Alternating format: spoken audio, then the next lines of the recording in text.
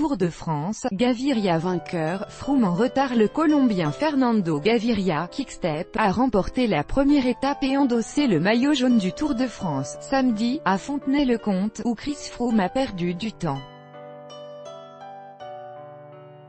Le Britannique, favori de l'épreuve, a été retardé par une chute dans le final, à quelques 6 km de l'arrivée.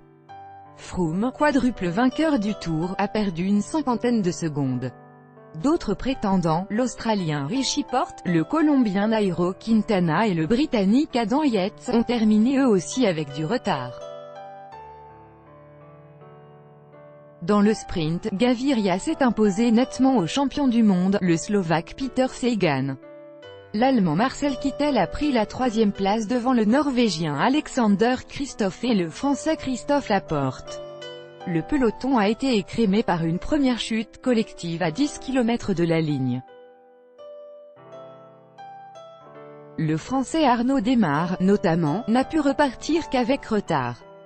En début d'étape, la première échappée a réuni 3 coureurs français, le local, Kevin le Danois, Jérôme Cousin et Johan Ofredo, partis à l'avant dès les premières minutes de course. L'écart a été stabilisé à 4 minutes avant que les équipes de sprinteurs, Gaviria, Groenewegen, Démare, réduisent l'écart. La jonction avec les rescapés, Cousin, Ofredo, est intervenue à 10 km de l'arrivée. Avant la chute de Froome, qui a apparemment mal négocié une courbe et culbuté dans l'herbe. Le Britannique, qui n'avait plus couru depuis le Giro, a tenté de gommer ensuite l'écart avec l'aide de plusieurs coéquipiers, Rowe notamment, mais Froome, hué jeudi par une partie du public suite au contrôle antidopage de la Vuelta dont il est sorti blanchi, a franchi la ligne en retard, 51 secondes selon un pointage officieux. Quintana, qui a cédé plus d'une minute, a été victime pour sa part d'une crevaison à 400 mètres de la banderole des 3 km.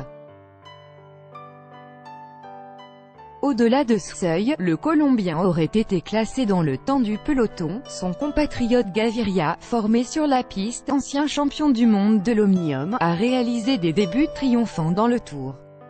Âgé de 23 ans, il a gagné 4 étapes l'an passé dans le Giro. Dimanche, les sprinteurs ont une nouvelle opportunité dans la 2e étape, une boucle de 182,5 km entre Mouilleron-Saint-Germain et La Roche-sur-Yon. L'arrivée est jugée en faux plat montant.